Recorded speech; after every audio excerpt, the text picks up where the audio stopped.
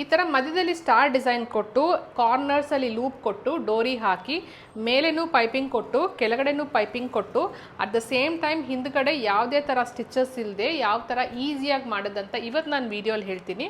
ಇದೇ ಥರ ರೆಗ್ಯುಲರ್ ಆಗಿ ನಿಮಗೂ ಸ್ವಿಂಗ್ ಟಿಪ್ಸ್ ಬೇಕು ಅಂದರೆ ನಮ್ಮ ಚಾನಲ್ನ ಫಾಲೋ ಮಾಡಿ. ಸೊ 7x7 ಒಂದು ರೆಕ್ಟ್ಯಾಂಗಲ್ ಶೇಪಲ್ಲಿ ಪೇಪರ್ ಕಟ್ ಮಾಡಿಕೊಂಡು ಸ್ಟಾರ್ನ ಮಾರ್ಕ್ ಮಾಡ್ಕೊಳ್ಳೋಣ. ಸೊ ಅದೇ ಪೇಪರ್ನ ಇನ್ನೊಂದು ಸೈಡ್ ನಾನು ಟರ್ನ್ ಮಾಡಿಕೊಂಡು ಸ್ಟಾರ್ ಮಾರ್ಕ್ ಮಾಡಿಕೊಂಡು ಮೈಕ್ರೋಡಾಟ್ ಫ್ಯೂಸಿಂಗ್ನ ಕಟ್ ಮಾಡ್ಕೊಳ್ಬೇಕು.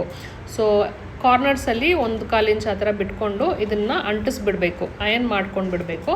ಅಯನ್ ಮಾಡಿಕೊಂಡು 1/2 ಇಂಚ್ ಹೊಲಿಗೆಗೆ ಬಿಟ್ಕೊಂಡು ಇದನ್ನು ಕಟ್ ಮಾಡಬೇಕು. ಕೆಳಗಡೆ ಮೇನ್ ಫ್ಯಾಬ್ರಿಕ್ಕು ಇಟ್ಕೊಂಡು ಒಂದೇ ಸಲ ಸೇರಿಸಿ ಕಟ್ ಮಾಡಿಬಿಡಿ. ಸೊ ಈಸಿಯಾಗಿ ಈವನ್ ಆಗಿ ಬರುತ್ತೆ, ಇಲ್ಲಾಂದರೆ ಕಷ್ಟ ಆಗುತ್ತೆ. ಸೊ ಕಟ್ ಮಾಡಿಬಿಟ್ಟು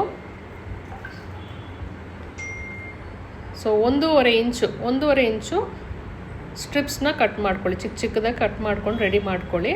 ಇದನ್ನು ನಾವು ಸ್ಟಿಚ್ ಮಾಡುವಾಗ ಸೆಂಟ್ರಲ್ಲಿ ಒಳಗಡೆ ಇದೆ ನೋಡಿ, ಅಲ್ಲಿ ಸೊ ಬೆಂಡ್ ಮಾಡಿ 2 ಬಟ್ಟೆಗೂ ಮಧ್ಯದಲ್ಲಿ ಇಟ್ಕೊಂಡು ಸ್ಟಿಚ್ ಮಾಡಬೇಕು. ಸೊ ನೋಡಿ ಈ ಥರ ಸೆಂಟ್ರಲ್ಲಿ ಸ್ಟಿಚ್ ಮಾಡಬೇಕು. ಸೊ ಎಲ್ಲ ಡೈರೆಕ್ಷನಲ್ಲೂ ಸೊ ಸ್ಟಿಚ್ ಮಾಡಿದ ಮೇಲೆ ಸೆಂಟ್ರಲ್ ನಾಚ್ ಹಾಕ್ಕೊಂಡು ಉಲ್ಟಾ ತಿರುಗಿಸ್ಬೇಕು. ಸೊ ಉಲ್ಟಾ ತಿರುಗಿಸಿದ ಮೇಲೆ ನೋಡಿ ಈ ಲೂಪ್ ಬಂದುಬಿಟ್ಟು ನಮಗೆ ಪ್ರಾಪರಾಗಿ ಎಡ್ಜಸ್ಸಲ್ಲಿ ಬಂದಿರುತ್ತೆ ಈ ಥರ ಶೇಪಲ್ಲಿ. ಸೊ ಇದನ್ನು ಒಂದು ಸಲ ಪ್ರೆಸ್ ಮಾಡ್ಕೊಂಡು ಬಿಡಬೇಕು, ಅಯನ್ ಮಾಡ್ಕೊಳ್ಳಿ. ಅಯನ್ ಮಾಡ್ಕೊಂಡಾದ್ಮೇಲೆ ಮೇಲೆ ಮೇನ್ ಫ್ಯಾಬ್ರಿಕ್ಗೆ ಮಾತ್ರ ನಾನು ಪೈಪಿಂಗ್ ಹಾಕಿದ್ದೀನಿ. ಸೊ ಅದನ್ನು ಇನ್ನೌಟ್ ಮಾಡಬೇಕು. ಸೊ ಅದನ್ನು ಲೈನಿಂಗ್ನ ಉಲ್ಟಾ ಹಿಂದೆ ಮಾರ್ಕ್ ಮಾಡಿಕೊಂಡು ಅದೇ ಪೈಪಿಂಗ್ ಕಡೆಗೆ ಸ್ಟಿಚ್ ಮಾಡ್ಕೊಳ್ಳಿ. ಸೊ ಆಮೇಲೆ ಸ್ಟಿಚ್ ಮಾಡಿದ ಮೇಲೆ ಒಳಗಡೆಯಿಂದ ಬಟ್ಟೆನ ಆಚೆ ತೆಗೆದುಬಿಡಬೇಕು. ಸೊ ತೆಗೆದ್ಮೇಲೆ ಮೇಲೆ ಪೋರ್ಷನ್ ಕಂಪ್ಲೀಟ್ ಆಗಿರುತ್ತೆ. ಸೊ ಕೆಳಗಡೆಯೂ ಅಷ್ಟೇ, ಕೆಳಗಡೆಗೆ ಲೈನಿಂಗ್ ಮೇಲೆ ನಾವು ತಿರ್ಗಾ ಮೇನ್ ಫ್ಯಾಬ್ರಿಕಲ್ಲಿ ಮಾತ್ರ ಪೈಪಿಂಗ್ ಹಾಕಬೇಕು.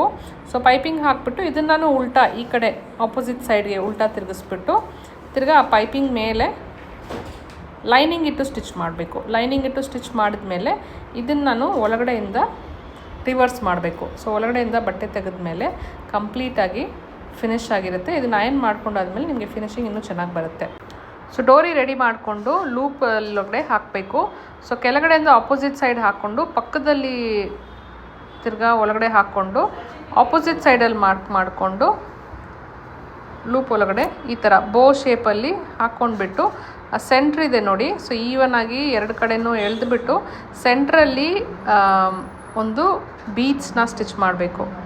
ಸೊ ಒಂದು ಬೀಡ್ಸ್ನ ಇಲ್ಲಿ ನೋಡಿ, ಸೊ ಈ ಥರ ಬೀಡ್ಸ್ನ ಹಾಕ್ಕೊಂಡು ಸೊ ಅದು ಇಲ್ಲಿ ಒಂದು ಬೀಡ್ಸ್ನ ಹಾಕ್ಕೊಂಡ್ಬಿಟ್ರೆ ಈ ನೆಕ್ ಲೈನ್ ಫಿನಿಶ್ ಆಗಿರುತ್ತೆ. ಸೊ ಕೆಳಗಡೆ ಒಂದು ಟ್ಯಾಸಲ್ ಹಾಕಬೇಕು.